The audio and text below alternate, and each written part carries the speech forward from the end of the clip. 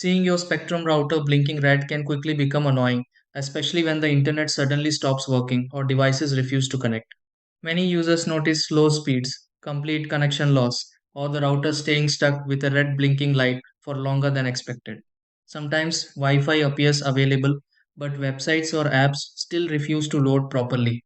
In many situations, a Spectrum router blinking red issue can happen because of service interruptions, loose cables, temporary network glitches, or modem communication problems. Before reconnecting everything repeatedly or changing random settings, these are the steps you can try to fix this and get the Spectrum router working properly again. When restart the Spectrum router completely and allow several moments for the connection lights to stabilize normally. 2. Check all internet cables carefully and confirm every connection feels secure between the router and modem.